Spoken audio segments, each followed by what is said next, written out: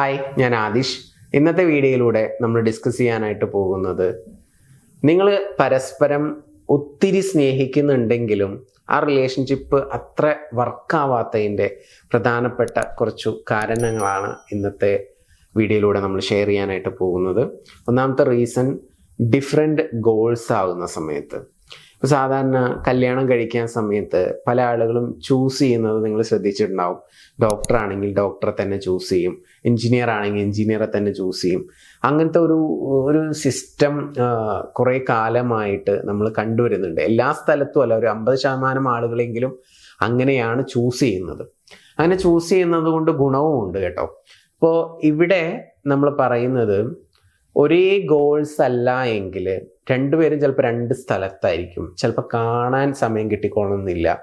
പിന്നെ ഈ long term relationship ആകുന്ന സമയത്ത് അത് എത്രത്തോളം വർക്കാവും എന്നുള്ളത് ആ കമ്മിറ്റ്മെൻറ്റ് മൈൻഡ് സെറ്റിനനുസരിച്ചിരിക്കും ഈ രണ്ടു പേരുടെയും.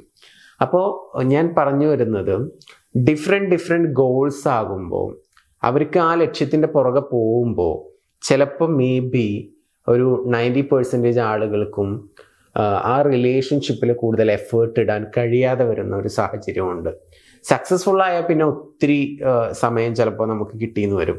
പക്ഷേ ആ സ്ട്രഗിളിങ് പീരീഡ് ആണെങ്കിൽ ഭയങ്കര പ്രയാസമായിരിക്കും ആ ഒരു റിലേഷൻഷിപ്പ് മെയിൻറ്റെയിൻ ചെയ്ത് മുന്നോട്ട് പോവുക എന്നുള്ളത്. അപ്പം ഞാൻ പറഞ്ഞു വരുന്നത്, ഡിഫറെൻറ്റ് ഗോൾസ് ആകുന്ന സമയത്ത് ഒത്തിരി ഇഷ്ടമുണ്ടെങ്കിൽ കൂടി മറ്റു പല പ്രശ്നങ്ങളും റിലേഷൻഷിപ്പിൽ ഉണ്ടാവാനുള്ള ചാൻസ് ഉണ്ടാവാറുണ്ട്. അത് അത്ര വർക്കാവത്തില്ല എന്നുള്ളതാണ് പറഞ്ഞു വരുന്നത്. പിന്നെ അതുപോലെ തന്നെ അടുത്തൊരു പ്രധാനപ്പെട്ട റീസൺ എന്ന് പറയുന്നത്, പാസ്റ്റിൽ എന്തെങ്കിലുമൊക്കെ ഇഷ്യൂസ് ഉണ്ടായിട്ടുണ്ടെങ്കിൽ അത് സോൾവ് ചെയ്തിട്ടില്ല എങ്കിൽ ഭയങ്കര പ്രശ്നമാണ്. നല്ല ഇൻസെക്യൂരിറ്റി ഉണ്ടാവും, ട്രസ്റ്റ് ഇഷ്യൂസ് ഉണ്ടാവും. പാസ്റ്റിൽ എന്തെങ്കിലും ട്രോമാസ് ഉണ്ടെങ്കിൽ അത് വീണ്ടും ഇങ്ങനെ അലട്ടിക്കൊണ്ടിരിക്കും. ഇപ്പോൾ നന്നായിട്ട് തെറി വിളിച്ചിട്ടുണ്ട്, അല്ലെങ്കിൽ നന്നായിട്ട് അടിച്ചിട്ടുണ്ട്, അല്ലെങ്കിൽ നമ്മുടെ ഭാഗത്തുനിന്ന് മോശമായിട്ടുള്ള പെരുമാറ്റം ഉണ്ടായിട്ടുണ്ട്, അത് സോൾവ് ചെയ്തിട്ടില്ല എന്നുണ്ടെങ്കിൽ അത് ഉള്ളിൻ്റെ ഉള്ളിൽ കടന്നുകൊണ്ട് പിന്നെയും ആ ഒരു റിലേഷൻഷിപ്പിൽ ഇഷ്യൂസ് ഉണ്ടായിക്കൊണ്ടേയിരിക്കും.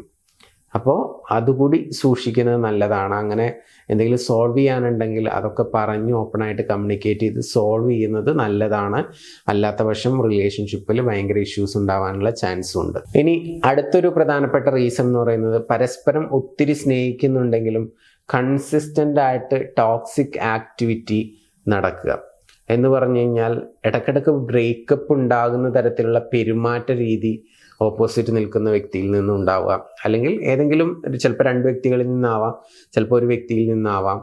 അങ്ങനെ ടോക്സിസിറ്റി ഉണ്ടാവുക, അത് ബ്രേക്കപ്പിലോട്ട് പോവുക, അല്ലെങ്കിൽ സൈലൻറ്റ് ട്രീറ്റ്മെൻറ്റ് എപ്പോഴും അപ്ലൈ ചെയ്യേണ്ട ഒരു സിറ്റുവേഷനിലോട്ട് പോവുക, അത് നിരന്തരം ഉണ്ടാവുകയാണ്. ഇപ്പോൾ ഒരു മാസത്തിൽ തന്നെ 4 തവണ 5 തവണ ഒക്കെ അങ്ങനെ ഉണ്ടാവുകയാണെന്നുണ്ടെങ്കിൽ നമുക്ക് എത്ര പരസ്പരം ഇഷ്ടമുണ്ട്, സ്നേഹമുണ്ട് എന്ന് പറഞ്ഞിട്ടും കാര്യമില്ല.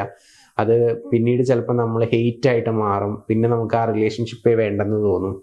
അപ്പോൾ ഇത്തരത്തിൽ ടോക്സിസിറ്റി ഭയങ്കര പ്രോബ്ലം ആയിട്ട് വരാറുണ്ട്. ഇനി അടുത്തൊരു പ്രധാനപ്പെട്ട കാരണം എന്ന് പറയുന്നത്, ഒരാൾ മാത്രം ആ റിലേഷൻഷിപ്പ് മുന്നോട്ട് പോകാൻ വേണ്ടിയിട്ട് എഫേർട്ട് ഇടുക. എപ്പോഴും എന്തെങ്കിലും ഇഷ്യൂസ് ഉണ്ടാകുന്ന സമയത്ത് ഒരാൾ മാത്രം ഫിക്സ് ചെയ്യാൻ വേണ്ടിയിട്ട് എഫേർട്ട് ഇടുന്നു, അതിന് മുൻകൈ എടുക്കുന്നു. അതുപോലെ തന്നെ ഓപ്പോസിറ്റ് നിൽക്കുന്ന വ്യക്തി യാതൊരു തരത്തിലുള്ള എഫേർട്ടും ഇടുന്നില്ല. ഇപ്പോൾ എന്തെങ്കിലും ഇഷ്യൂസ് ഉണ്ടാകുന്ന സമയത്ത് എപ്പോഴും സോറി പറയുന്നത് ഒരാൾ മാത്രമാണ്. കാരണം ആ റിലേഷൻഷിപ്പ് മുന്നോട്ട് പോകണം എന്നുള്ളത് കൊണ്ട് അവിടെ ആളായിരിക്കും ഏറ്റവും കൂടുതൽ ഇനീഷ്യേഷൻ എടുക്കുന്നത്. അങ്ങനെ എപ്പോഴും ആകുമ്പോൾ നമുക്ക് കുറച്ച് കഴിയുമ്പോൾ മടുപ്പാവും, പിന്നീട് ആ റിലേഷൻഷിപ്പിൽ ഇഷ്യൂസ് ഉണ്ടാവാനുള്ള ചാൻസ് ഉണ്ട്. അപ്പം ഞാൻ പറഞ്ഞു വരുന്നത്, ഈ റീസൺസ് കൊണ്ടൊക്കെ പരസ്പരം ഇഷ്ടമുണ്ടെങ്കിൽ കൂടി ആ റിലേഷൻഷിപ്പ് 100% വർക്കാവാതെ പോകുന്ന സാഹചര്യങ്ങളുണ്ട്. ഇനി നിങ്ങളുടെ റിലേഷൻഷിപ്പിൽ നിങ്ങൾ എന്തെങ്കിലുമൊക്കെ കോംപ്ലിക്കേറ്റഡ് ആയിട്ടുള്ള സിറ്റുവേഷൻസിലൂടെ കടന്നു പോവുകയാണ്, അത് ഷെയർ ചെയ്യാൻ ആഗ്രഹിക്കുന്നെങ്കിൽ മുകളിൽ കാണുന്ന നമ്പറിലോട്ട് നിങ്ങൾക്ക് വിളിക്കാവുന്നതാണ്. ഡീറ്റെയിൽഡ് ആയിട്ട് എന്താണ് ഇഷ്യൂ എന്ന് പറഞ്ഞു കഴിഞ്ഞാൽ നിങ്ങൾക്ക് സപ്പോർട്ട് തരാനായിട്ട് പറ്റും. എന്ത് ചെയ്താലാണ് അതിൽ നിന്ന് നിങ്ങൾക്ക് റിക്കവർ ആവാനായിട്ട് പറ്റുക, അതുപോലെ തന്നെ ആ റിലേഷൻഷിപ്പ് ഹീൽ ചെയ്യാനായിട്ട് സാധിക്കുക എന്നുള്ളത് പറഞ്ഞു തരാം. ലോ ഓഫ് അട്രാക്ഷനിൽ ഒത്തിരി സൊല്യൂഷൻസ് ഉണ്ട്. അത് ചെയ്യുന്നത് വഴി നിങ്ങൾക്ക് ഈസി ആയിട്ട് ആ റിലേഷൻഷിപ്പ് സ്മൂത്തായിട്ട് മുന്നോട്ട് കൊണ്ടുപോകാനായിട്ട് പറ്റും. ഇഷ്ടം കുറഞ്ഞ ആളുകൾ, ഇൻട്രസ്റ്റ് കുറഞ്ഞ ആളുകൾ, അത്തരത്തിലുള്ള ആളുകൾക്കൊക്കെ അത് നമുക്ക് വീണ്ടും ആ ഒരു ഇഷ്ടവും കാര്യങ്ങളും ഇൻറ്റിമസിയും കെമിസ്ട്രിയും ഒക്കെ റീബിൽഡ് ചെയ്ത് കൊണ്ടുവരാനായിട്ട് സാധിക്കും. അത് പോസിബിൾ ആണ്. ആണ്, നിങ്ങൾ എഫേർട്ട് ഇടാൻ റെഡി ആണെന്നുണ്ടെങ്കിൽ സപ്പോർട്ടിന് വേണ്ടിയിട്ട് ഞങ്ങളെ വിളിക്കാവുന്നതാണ്. മുകളിൽ നമ്പർ കൊടുത്തിട്ടുണ്ട്. ഇപ്പോൾ ഒരാളുമായിട്ട് ഇഷ്ടത്തിലാണ്, ആ വ്യക്തിയുമായിട്ടുള്ള സ്നേഹം ഇന്നും നിലനിൽക്കണം എന്ന് നിങ്ങൾ ആഗ്രഹിക്കുന്നുണ്ടെങ്കിൽ ബോണസ് ആയിട്ടൊരു പവർഫുൾ ആയിട്ടുള്ള അഫർമേഷൻ നിങ്ങൾക്ക് തരാം.